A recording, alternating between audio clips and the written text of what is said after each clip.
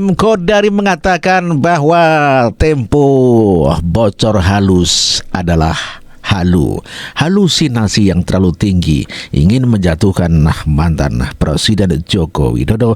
Namun demikian pada kenyataannya gagal total.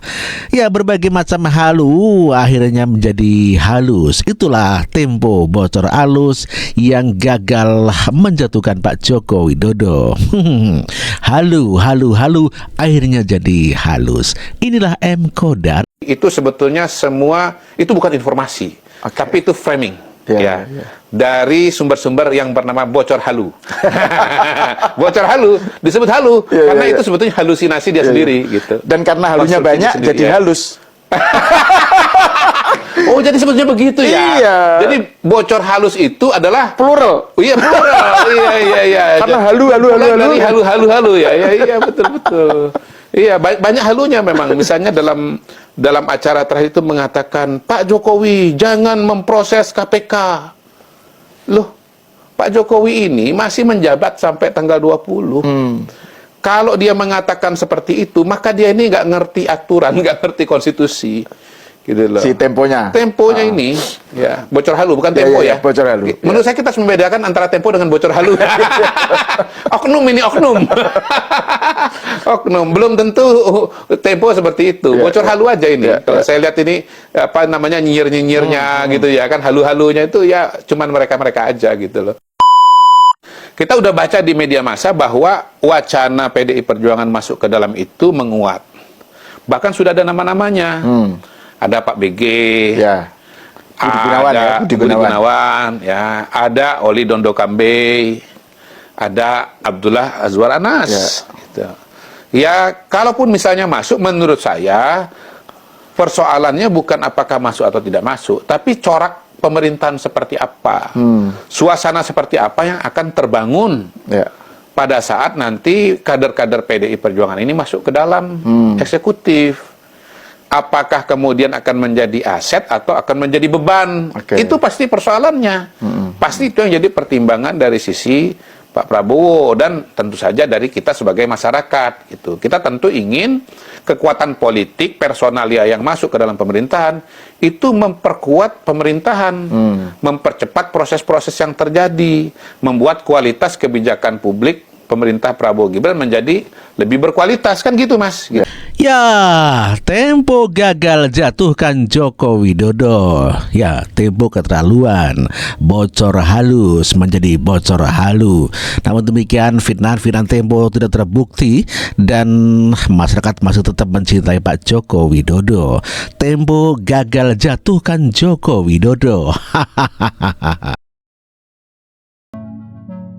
Hari ini kita bicara soal sebuah permainan narasi yang sangat menarik, bahkan cukup melelahkan untuk diikuti. Masih ingat kasus Tempo dan OCCRP? Ya, dua nama ini belakangan seperti aktor utama dalam drama besar yang seolah tak ada habisnya. Tapi coba kita cermati, apa yang sebenarnya terjadi? Waktu itu, OCCRP muncul dengan berita besar, berani menyinggung nama Pak Jokowi dalam dugaan skandal korupsi global. Nama yang tak sembarangan tentunya. Publik langsung gempar. Apalagi ketika majalah Tempo menjadikan cerita itu headline berulang kali, seolah ada misi khusus yang harus diselesaikan. Namun, apa hasil akhirnya? OCCRP sendiri angkat tangan. Mereka mengklarifikasi bahwa tidak ada bukti, tidak ada fakta, dan tidak ada celah yang menunjukkan bahwa Pak Jokowi terlibat korupsi. Bahkan, pemilik OCCRP terang-terangan menyatakan bahwa nama Jokowi muncul hanya karena seseorang mengirimkan email terkait survei mereka. Di sini mulai terasa lucunya. Tempo dengan segala klaimnya sebagai media investigatif tetap bersikeras menggiring opini bahwa Pak Jokowi adalah presiden paling korup di dunia. Padahal sumber utama yang mereka gunakan sudah menarik pernyataan itu. Jadi sebenarnya narasi siapa yang sedang dibangun di sini? Kita tahu bahwa media memiliki kekuatan besar. Mereka mampu membentuk persepsi publik, menentukan siapa yang dianggap pahlawan, siapa yang dianggap penjahat. Tapi saat media seperti Tempo terus-menerus mendorong narasi negatif tanpa bukti kuat, apa yang sebenarnya sedang mereka kejar? Mudah ditebak. Ada dua kemungkinan, uang atau agenda politik. Kontrak besar, kata orang-orang, adalah salah satu alasannya. Tempo dibayar mahal oleh pihak-pihak yang tidak suka pada Pak Jokowi. Mereka butuh narasi buruk tentangnya agar kepercayaan rakyat pada beliau hancur. Tapi mari kita pikirkan baik-baik. Apakah ini berhasil? Fakta di lapangan justru menunjukkan sebaliknya. Kepercayaan rakyat pada Pak Jokowi tetap kokoh. Bahkan, survei independen menunjukkan lebih dari 80% masyarakat masih percaya pada integritas beliau. Itu jauh di atas angka kepercayaan terhadap media seperti Tempo yang terus-menerus menggiring opini dengan headline penuh kebencian. Yang menarik, meski Tempo terus memproduksi narasi negatif, mereka lupa satu hal penting. Rakyat Indonesia tidak lagi semudah itu ditipu. Masyarakat sekarang lebih kritis, lebih cerdas. Mereka melihat, mereka menimbang, mereka membandingkan. Ketika OCCRP sendiri mengatakan, kami tidak menemukan bukti bahwa Jokowi korup, Tempo tetap keras kepala. Mereka memilih bumbu-bumbu sensasi, bukan fakta. Apa ini demi menjual majalah? Kalau iya, biarlah. Lagi pula daripada beli Tempo, lebih baik uangnya digunakan untuk beli beras. 5 liter lebih bermanfaat. Ada hal lain yang mungkin menjadi akar dari narasi buruk ini.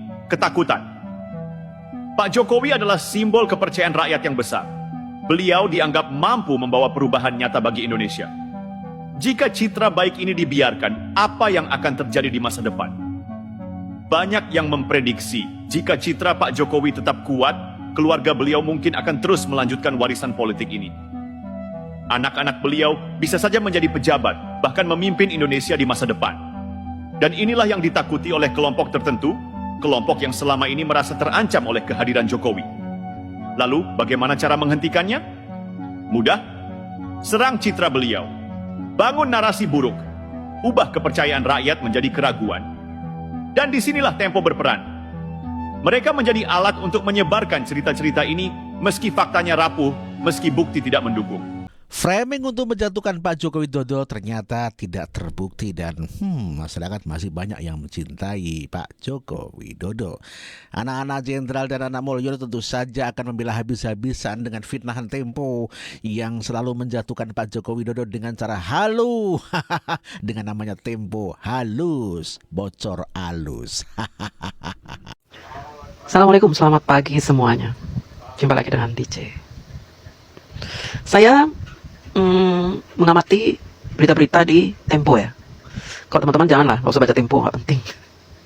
Lagi pula kalau majalahnya itu kan dijual ya 60.000. Daripada kita beli majalah Tempo 60.000 ya mendingan beli beras. Dapat 5 liter. Ya. Saya akan kasih tahu teman-teman, di Tempo itu, Tempo masih saja kekeh dengan berita OCCRP. Karena apa? Tempo ini mendapat kontrak besar, ya, tentunya dari orang atau komunitas yang membenci Bapak Jokowi, dendam, kesumat dengan Bapak Jokowi, ya. Sehingga Tempo dibayar mahal supaya mencitrakan buruk terhadap Bapak Jokowi. Nah, masalah OCCRP ini yang mulai redup, ya, karena masyarakat tidak percaya dengan berita OCCRP. Lagi pula OCCRP juga sudah klarifikasi bahwa dia tidak menemukan kesalahan Bapak Jokowi, ya, tidak menemukan bukti korupsinya Bapak Jokowi. Bahkan pemilik OCCRP mengatakan bahwa selama ini mereka tidak melihat kesalahan-kesalahan signifikan dari Bapak Jokowi sehingga boleh dikatakan sebagai koruptor.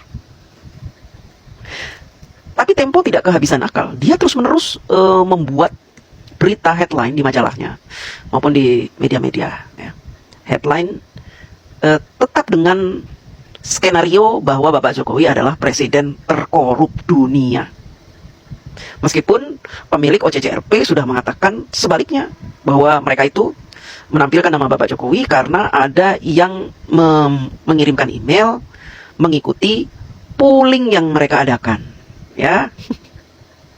Ada sekitar 55.000. Kita tahulah 55.000 orang yang mengirimkan email ini siapa? Ya Tempo, orang-orangnya Tempo. Buzzer-buzzer Banteng, buzzer-buzzer Tempo.